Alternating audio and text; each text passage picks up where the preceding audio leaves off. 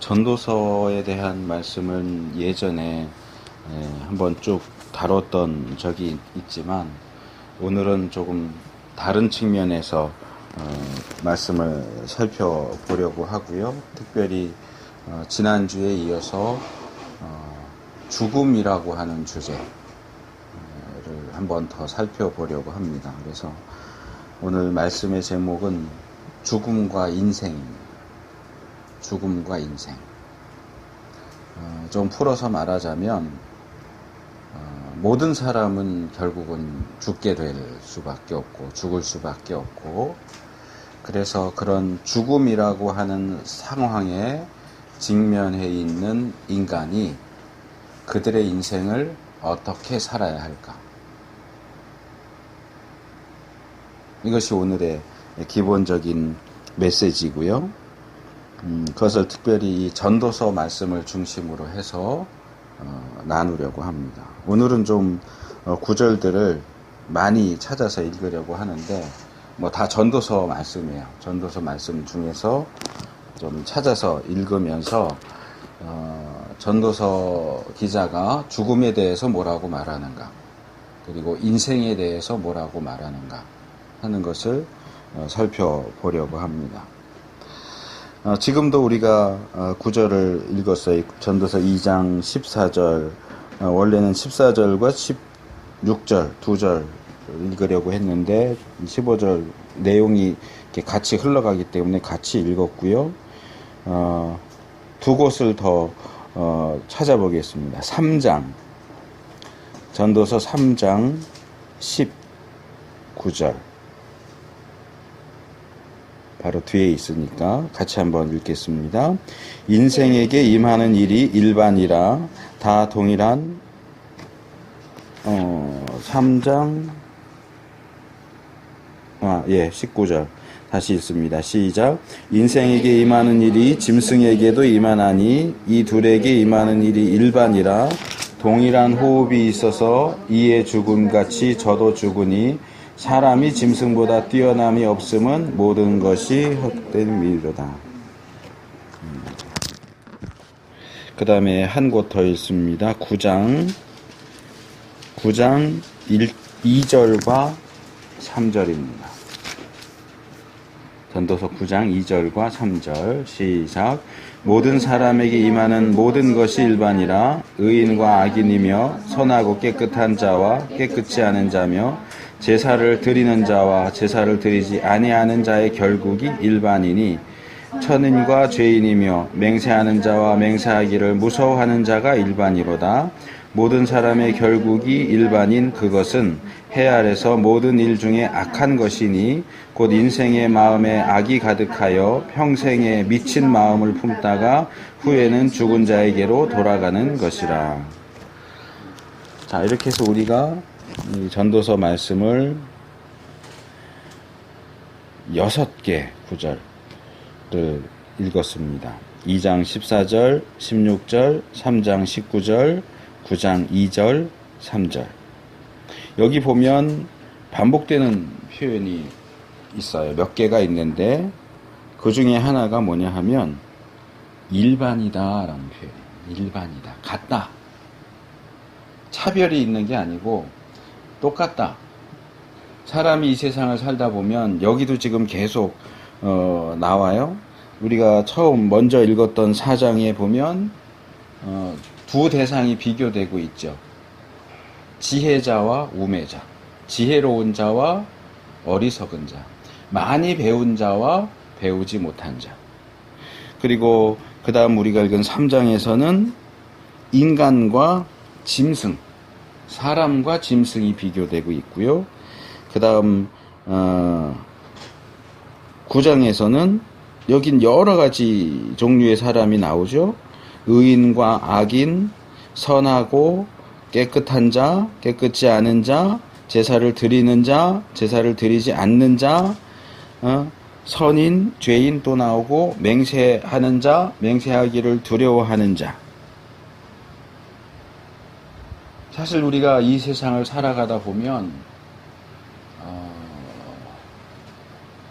그게 다 차별이라고 말하기는 어렵지만 이런 차별의 근거가 되는 여러 가지 차이점을 발견하게 됩니다.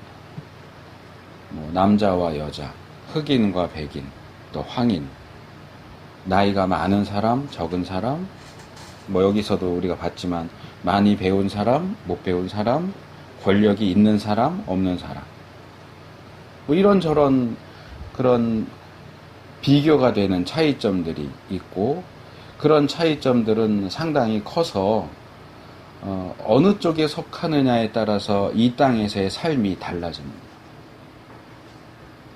한쪽은 어떻게 보면 한없이 누리는 그런 위치에 있다고 하면, 또 다른 쪽은 아무것도 누리지 못하는 그런 모습도 보게 됩니다. 그래서 많은 사람들이 그러한 차이와 차별과 거기서 오는 불평등을 어떻게 좀 해소해 보려고 운동을 하죠. 여성 해방 운동도, 흑인 해방, 노예 해방 운동도 했었고. 왜 차별하느냐? 요즘에 가장 이슈가 되는 것 중에 하나가 그거더라고요. 누진세. 왜 기업에는 누진세 안 시켜주면서 왜 가정집 개인은 누진세 안 해주느냐? 왜 차별하냐? 걔들 깎아주면 우리도 깎아줘야지.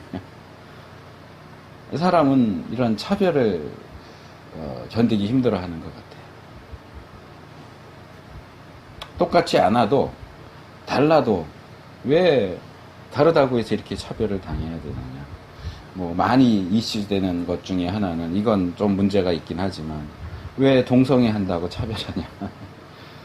이성애자만 뭐 정상이고 동성애자는 왜 자꾸 차별하고 차별금지법 만들어야 통과시켜야 된다. 이것도 또 하나의 그런 모습 중에 하나죠. 우리가 인정할 수 없는 부분이기는 하지만.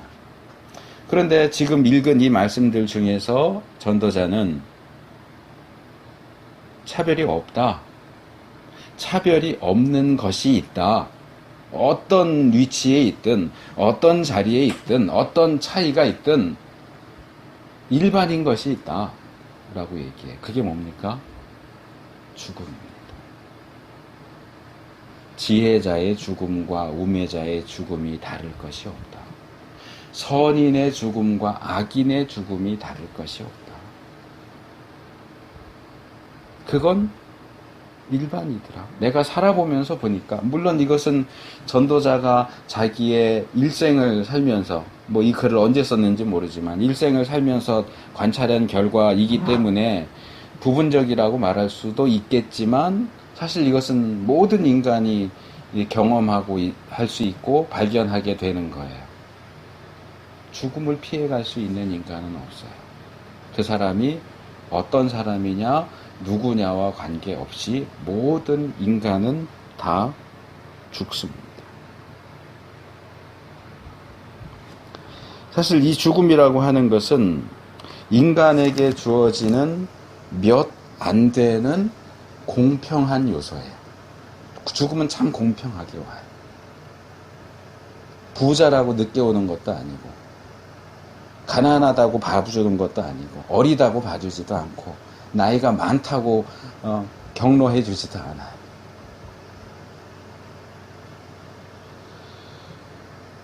남자든 여자든 어른이든 아이든 부자든 가난한 자이든 많이 배웠든 적게 배웠든 잘났든 못났든 이 죽음이라고 하는 사실, 사건, 그 앞에서 모든 인간은 공평해집니다. 그리고 그 공평한 죽음 앞에서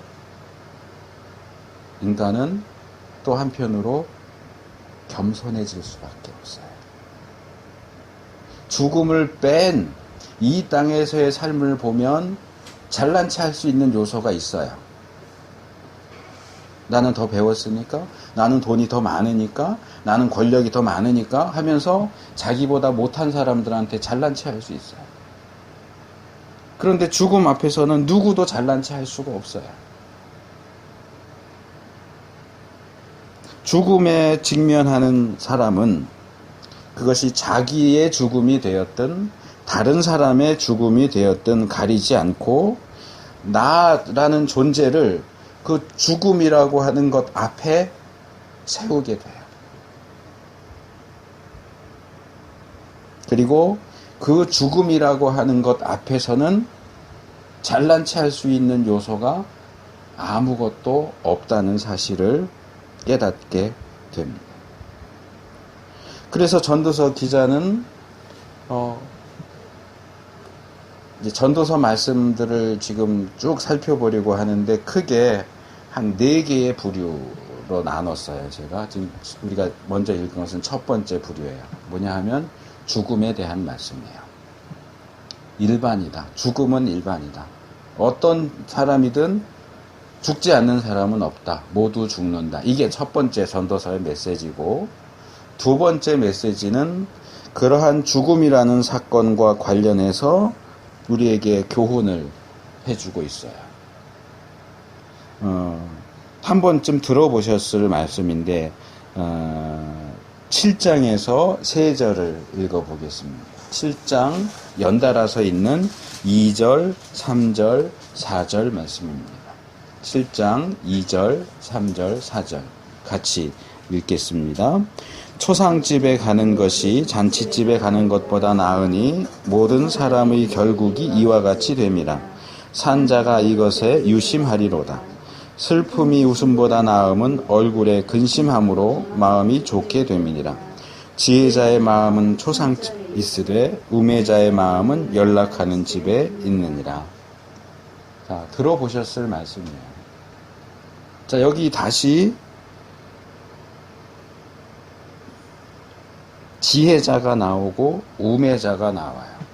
죽음은 다 똑같기 때문에 지혜자와 우매자가 이 땅에서의 삶에 있어서는 차이가 있을지 모르지만 죽음에 있어서는 똑같다 하는 얘기를 앞에서 했지만, 그럼에도 불구하고 그 죽음이라는 것을 앞에 놓고서 또다시 지혜자와 우매자가 갈려요. 어떻게 갈리느냐? 우매자는 좋고 기쁘고 즐거운 것만 찾아다녀요.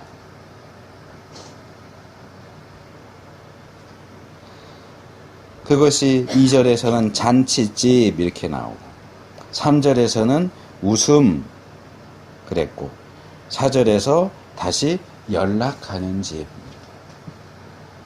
우매자는 왜 우매자냐? 여러 가지 이유가 있지만, 근거가 있지만 그 중에 하나는 뭐냐 하면 이 사람은 기쁘고 즐거운 것만 좋아해요. 어딜 찾아가도 잔치하는 집에만 찾아가기를 좋아하지 초상집에 찾아가기를 좋아하지 않아요. 우매자이기 때문에 그렇게 하기도 하지만 그렇게 하니까 우매자인 거예요. 그럼 그것과 이런 사람과 반대되는 지혜자는 어떻게 하느냐?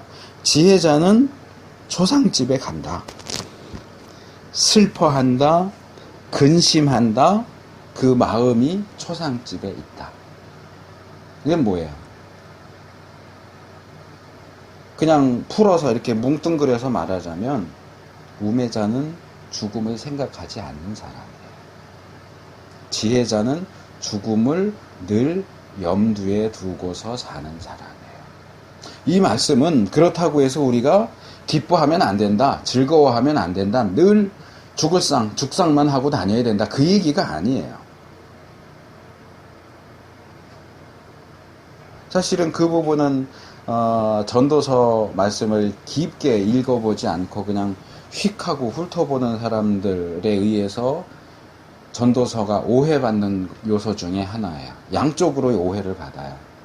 어떤 사람들은 전도서를 보면서 이건 너무 좀 쾌락, 즐거움 이런 것들을 너무 강조하지 않느냐. 우리가 이제 세 번째 살펴볼 구절들이 그 부분이에요. 뭐 즐겨라, 누려라, 뭐 이렇게 너무 그런 쪽으로만 얘기하지 않느냐라고 오해를 받고, 또 하나의 반대는 이 사람은 너무 비관적이야, 염세적이야. 이게 이제 첫 번째 부분과 관련해서 받는 오해예요. 이렇게 염세적인 책이 어떻게 성경에 들어올 수 있었지? 하는 오해를 받죠. 전도자는 염세주의자다, 허무주의자다. 뭐 돈 많으면 뭐해? 결국은 죽을 텐데. 권력이 많으면 뭐해? 결국은 죽을 텐데. 많이 배우면 뭐해? 결국은 죽을 텐데. 이 얘기가 계속 되니까. 근데 이 두 가지 다 오해라는 거예요. 전도자에 대한 오해예요. 그래서 우리가 전도서를 읽으면서 균형을 잡을 필요가 있고요. 지금 우리가 읽은 7장 2절에서 4절 말씀도 그런 본문 중에 하나입니다. 정말 지혜로운 사람은 어떤 사람이냐? 자기가 죽는다는 사실을 알고 있는 사람이다. 예전에, 요즘에는 뭐 이분 이름이 잘 안 나오는 것 같은데, 예전에 뭐 극동방송이나 기독교 방송 보면 정확한지는 모르겠는데 김광철 목사님인가 이분이 종종 나왔었어요. 무슨 상담하는 데도 나오고 설교하는 데도 나오고. 그분이 쓴 설교집인가 뭔가 책 중에 그런 내용이 있었던 것 같아요. 옛날에 어떤 임금이 있었어요. 아마 알렉산더 대왕이나 뭐 이런 사람처럼 굉장히 위대한 왕이었던 것 같아요. 대제국을 건설하고 아무것도 부러울 것이 없는 그런 임금이었는데, 이 임금이 그럼에도 불구하고 참 지혜로운 사람이었어요. 그래서 이제 말하자면 왕으로서의 직무를 보기 위해서 이제 그 왕의 자리에 이렇게 가서 신하들 쭉 서 있고 그러잖아요. 영화 같은 데 보면. 그래서 거기를 들어갈 때마다 자기의 그 곁에 늘 따라다니는, 그 중세의 영화 보면 그 어릿광대 같은 거 궁궐에 있잖아요. 그 신하에게 얘기를 했대. 너는 아침마다 나를 보면 이 얘기를 꼭 나한테 해라. 폐하는 언젠가는 죽을 몸인 것을 기억하시옵소서. 기분 나쁠 수 있죠. 내가 지금 이렇게 건강한데, 내가 이렇게 강한데, 이런 대제국을 만들었는데, 아무도 나에게 내 앞에서 까불 수 없는데 죽음 생각하고 싶겠어요? 영원히 그렇게 누리고 살고 싶겠죠. 그런데 자기가 명령을 하고 부탁을 하는 거예요. 너는 나를 볼 때마다 폐하는 언젠가 죽을 몸인 것을 기억하십시오. 그 이야기에 해갖고 그런 비슷한 제목으로 책을 냈던 적이 있던 것 같아요. 지혜로운 왕이에요. 뭐 그 사람은 왕이니까 누군가에게 명령을 해서 너는 나를 볼 때마다 이 얘기를 해라 이럴 수 있지만, 우리는 또 뭐 그런 명령을 할 수 있는 대상이 별로 없잖아요. 그럼에도 불구하고 죽음을 늘 염두에 두고서 산다는 것. 내 인생의 마지막 끝을 생각하면서 산다는 것은 그것을 생각하지 않고서 사는 것과는 전혀 다른 삶을 살게 만듭니다. 뭐 인생만이 아니라 우리가 어떤 일을 시작을 했어요. 정말 내 시간과 정열을 들여서 했는데 이제 이 일이 뭐 예를 들어서 일주일만 있으면 이제 끝나요. 드디어 이제 끝나게 됐대요. 그러면 이 일주일이라는 마지막 기간을 놓고 2년이 될지 3년이 될지 모르고 이렇게 일할 때와 똑같은 마음가짐으로 일할 수 있겠어요? 내 시간이, 내 정열이, 내 인생이 들어간 이 일이 드디어 끝난다라고 할 때 그냥 일반적으로 하는 말로 감회가 새롭지 않겠어요? 더 정성을 들이고 싶지 않겠어요? 더 애써서 조그마한 흠도 없이 이 일을 마무리하고 싶지 않겠어요?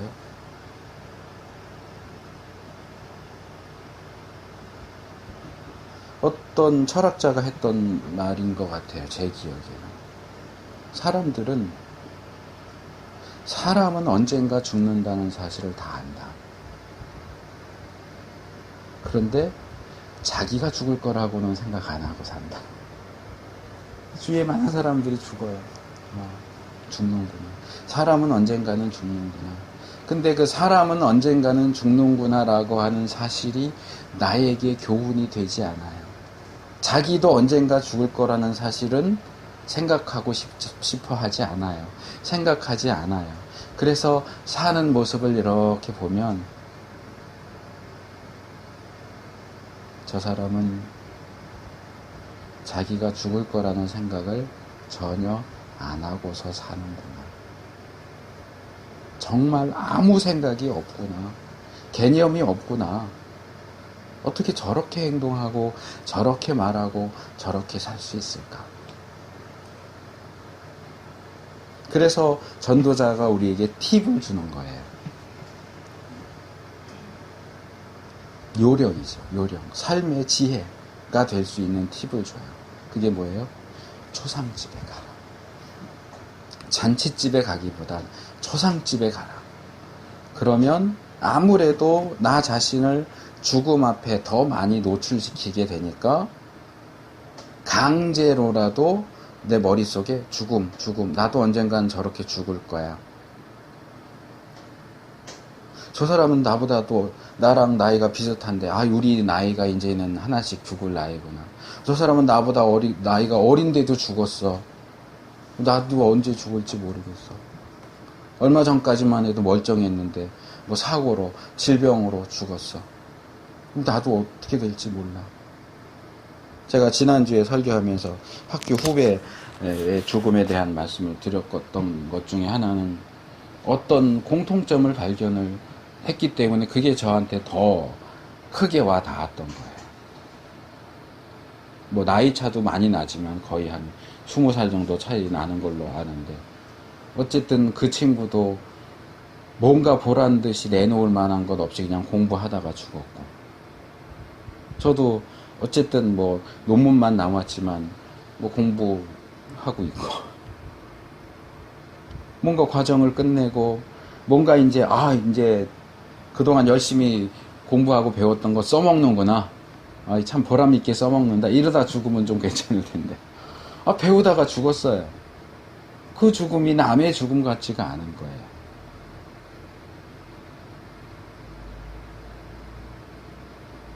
결국 그 죽음은 다른 누군가로 하여금, 저를 포함한 다른 사람들에게 너도 이럴 수 있다. 너의 인생이 이럴 수 있고 너의 죽음이 이럴 수 있다. 기억해라. 죽음을 기억해라. 너에게 무진장 많은 시간이 있는 것처럼 생각하고 네 인생을 허비하지 마라. 곧 죽을 수도 있다.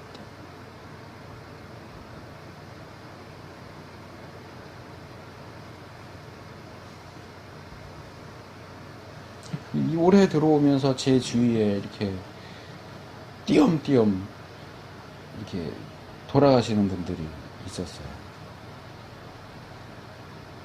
제가 가르치는 학생 어머니도 투병하시다가 돌아가셨고, 이모부님도 뭐 90세 넘게 사시다 가셨지만 돌아가셨고, 또 후배도 또 그렇게 갔고,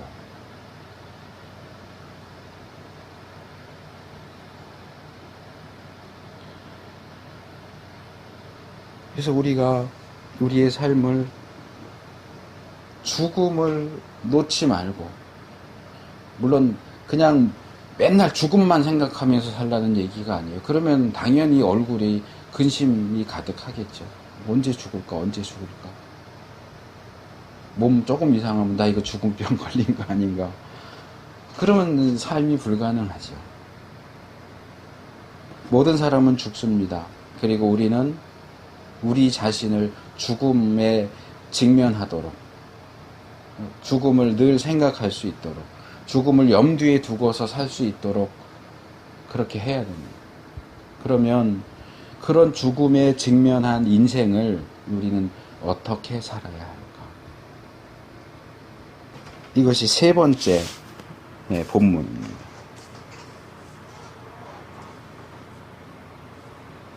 가장 먼저 전도서에 나오는 가장 대표적인 구절이라고 할 수 있는 8장 15절 말씀을 먼저 읽겠습니다. 전도서 8장 15절 시작. 이에 내가 희락을 칭찬하노니 이는 사람이 먹고 마시고 즐거워하는 것보다 해 아래서 나은 것이 없음이라. 하나님이 사람으로 해 아래서 살게 하신 날 동안 수고하는 중에 이것이 항상 함께 있을 것입니다. 자, 뭐 어떻게 살으라고요? 즐겁게 살으라고요. 희락, 기쁘게, 즐겁게 살아라. 먹는 거, 마시고 즐거워하는 것보다 해 아래서 더 나은 게 없다. 즐겁게 살아라. 죽음을 염두에 두고 살지만 그렇다고 죽상하고 살지 말고 즐겁게 살아라. 누리면서 살아라. 맛있는 거 먹고 마시고 그리고 기뻐하면서 살아라.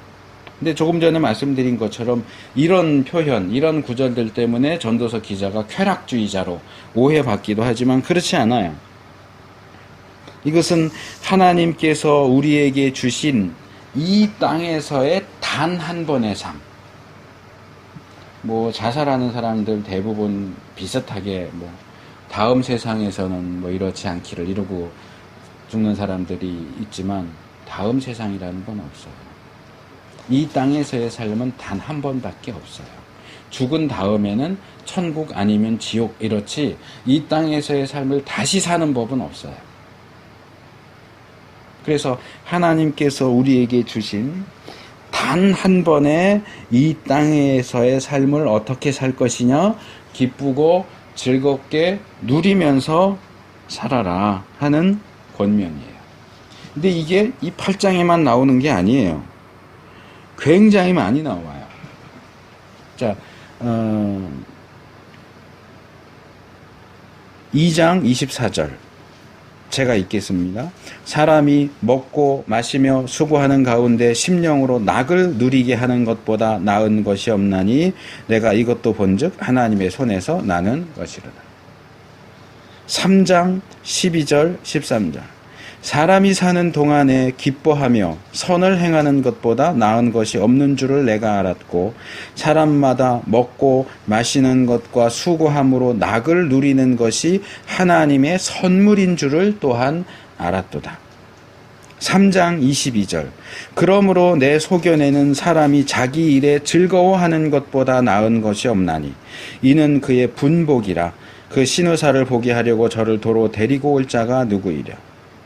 5장 18절 19절 사람이 하나님의 주신 바 그 일평생에 먹고 마시며 해 아래서 수고하는 모든 수고 중에서 낙을 누리는 것이 선하고 아름다움을 내가 보았나니 이것이 그의 분복이로다. 어떤 사람에게든지 하나님이 재물과 부요를 주사 능히 누리게 하시며 분복을 받아 수고함으로 즐거워하게 하신 것은 하나님의 선물이라.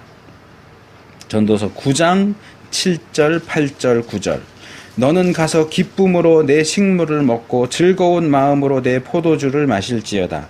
이는 하나님이 너의 하는 일을 벌써 기쁘게 받으셨음이니라. 내 의복을 항상 희게 하며 내 머리에 향기름을 그치지 않게 할지니라. 내 헛된 평생의 모든 날 곧 하나님이 해 아래서 내게 주신 모든 헛된 날에 사랑하는 아내와 함께 즐겁게 살지어다. 이는 내가 일평생에 해 아래서 수고하고 얻은 분복이니라. 이 땅에서의 삶을 헛된 날이라고 얘기해요. 왜 헛되냐 하면 결국은 다 죽거든요.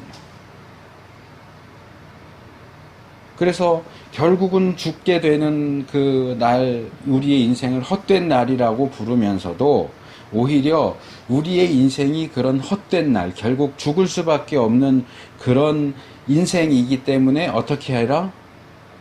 누려라. 기뻐하고 즐거워하고 누려라. 먹고 마시고 즐거워해라. 그게 하나님의 선물이다. 그것이 너에게 나누어진 복, 분복, 너의 몫으로 주어진 복이다.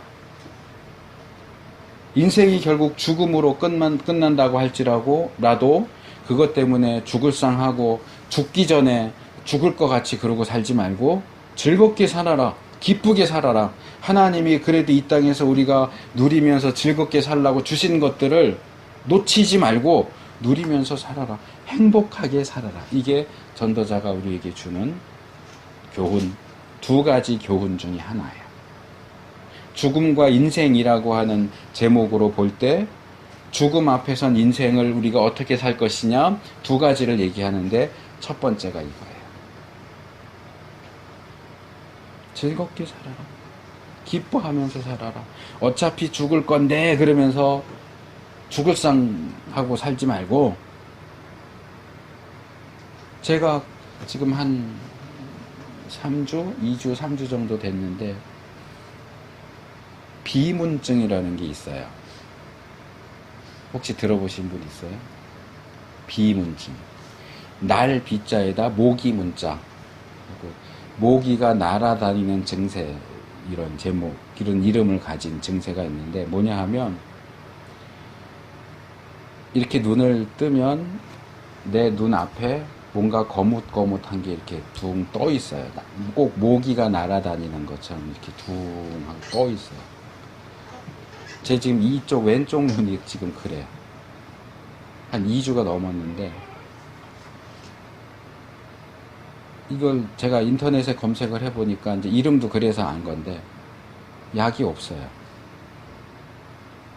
이 병원 가도 치료가 안 된대. 이거는 뭐냐 하면, 이 우리의 눈알이 있으면 이게 가운데가 뻥 뚫린 게 아니잖아요. 뭘 이렇게 가득 차 있잖아요.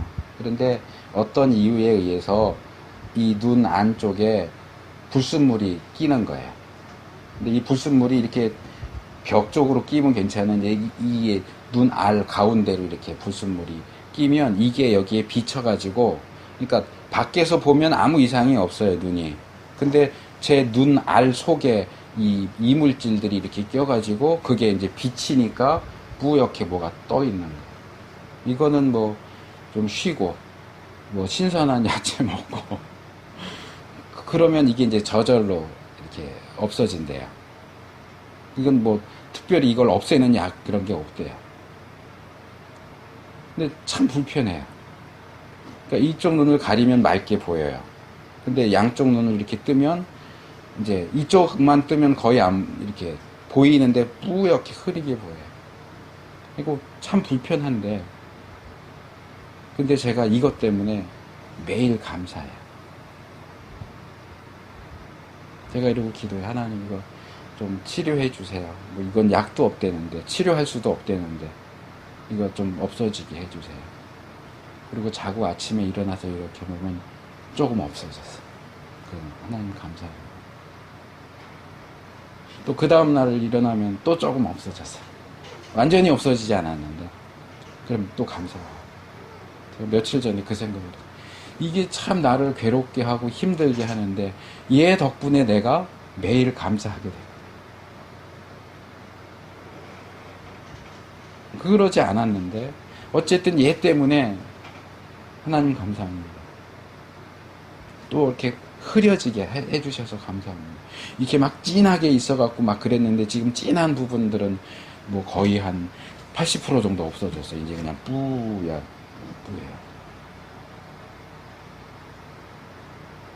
이걸 나쁘게만 보면 짜증나죠. 힘들고 괴롭고, 날씨도 더워서 죽겠는데 눈도 잘 안 보이면 얼마나 짜증나요.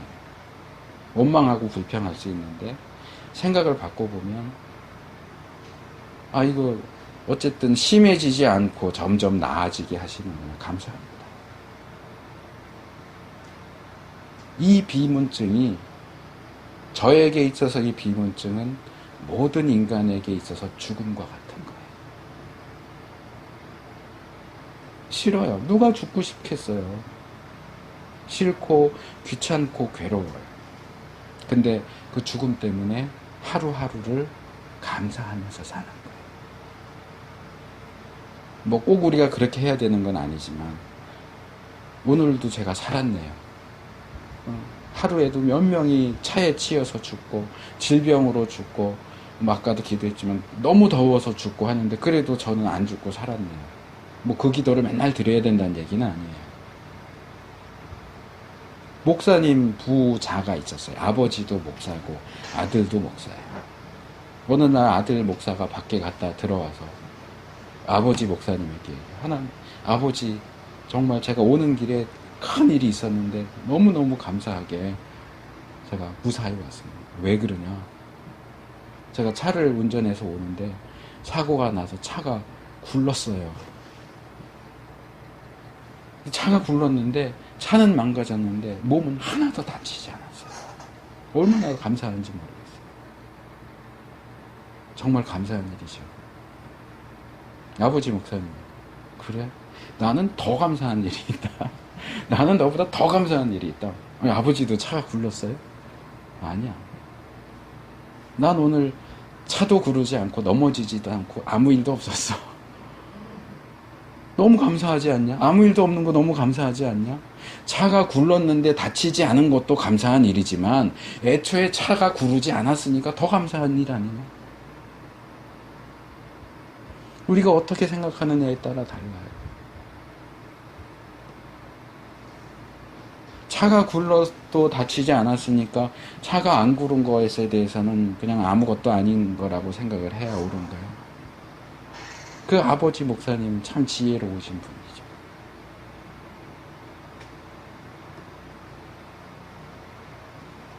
죽을 뻔했는데 살았으면 참 감사한 일이겠죠. 근데 죽을 뻔하지도 않은 건 정말 더 감사한 일 아니겠어요?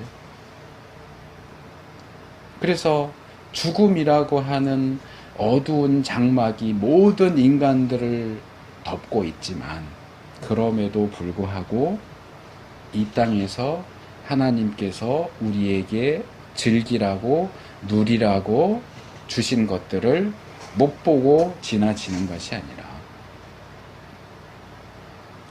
먹고 마시고 즐기고 누리면서 하나님 이런 것들을 주셔서 감사합니다. 이렇게 맛있는 음식을 과일을 주셔서 먹으니까 참 맛도 있고 맛도 좋고 기분도 좋아지고 하나님 이런 거 주셔서 너무 감사합니다. 하나님 결국은 다 죽을 건데 원망 불평하는 것이 아니라 그것이 나에게 좀 불편하고 힘들게 하는 것일지라도 그 가운데서도 하나님 감사합니다. 즐겁게 살았으면 좋겠어요.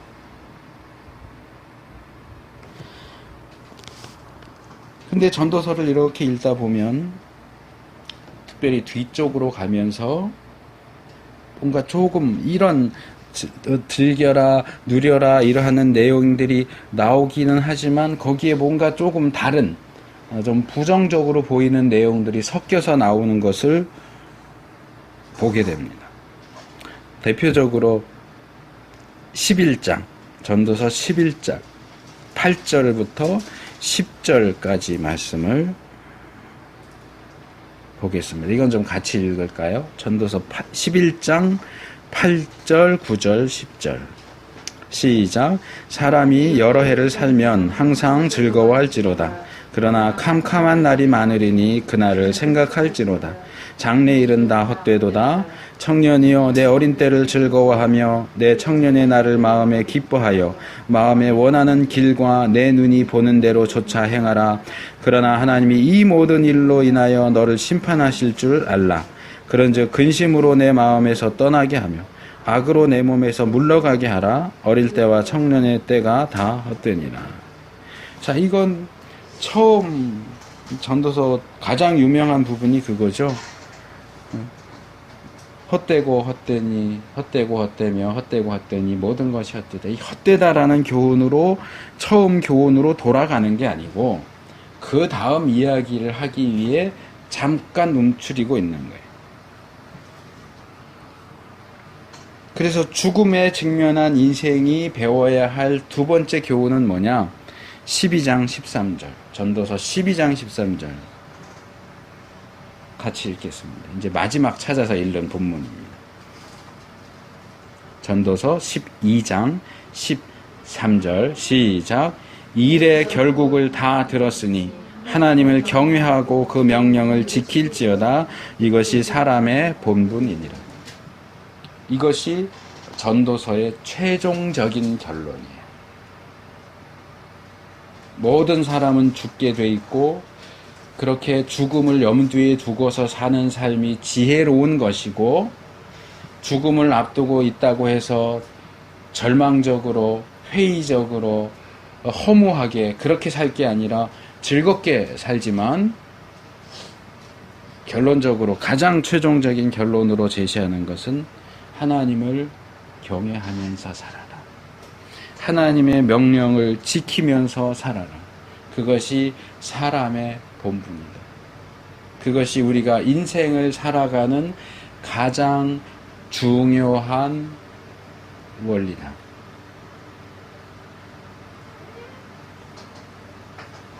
죽음에 직면해서 겸손해져야 합니다. 지혜로워져야 합니다. 그러나 우리가 염세적이고 허무주의적인 사람이 될 필요는 없습니다. 하나님이 우리에게 주신 인생을 즐기고 누리십시오. 그러나 하나님의 법 안에서 그렇게 하십시오. 하나님을 멀리 떠나서 하나님께서 금지하시는 것들을 하느라고 즐기고 누리는 것이 아니라 하나님이 주신 것들을 가지고 즐기고 누리고 감사하면서 특별히 하나님을 기억하고 경외하면서 살아가야 돼요. 그것은 이 땅을 살아가는 올바른 자세일 뿐만 아니라 죽음 이후의 삶을 준비하는 지혜로운 자세이기도 합니다. 돌 한 마리로 토끼 두 마리를 잡는 거죠. 그것을 신약에 가면 바울이 그렇게 얘기합니다. 경건의 훈련은 유익이 없다. 유익이 많다. 육신의 훈련은 이익이 하나밖에 없지만 경건의 훈련은 이익이 두 개다. 이 생에서도 유익이 있고 내 생, 오는 생에도 유익이 있다. 이 얘기예요. 우리가 이 땅에서 경건하게 사는 것은 이 땅에서도 유익한 것이지만 저 세상, 오는 세상에서도 유익한 것이다.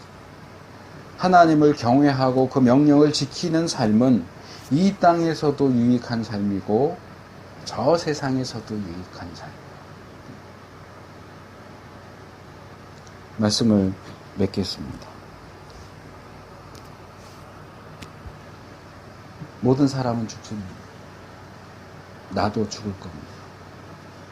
외면하고 싶지만 외면하지 않는 것이 지혜입니다. 나도 결국 죽을 거다. 기억하셔야 돼요. 그렇다고 염세적으로 살 필요는 없습니다. 하나님이 주신 것들을 누리십시오. 즐기십시오. 그러나 거기에 하나의 바운더리, 제한선이 있는데 하나님의 인정하시는 하나님의 말씀의 틀 안에서 거기를 벗어나면 안 돼요. 그 틀 안에서 하나님의 명령을 지키면서 하나님을 경외하는 삶을 사십시오. 그것이 우리가 마땅히 살아야 하는 삶의 자세입니다.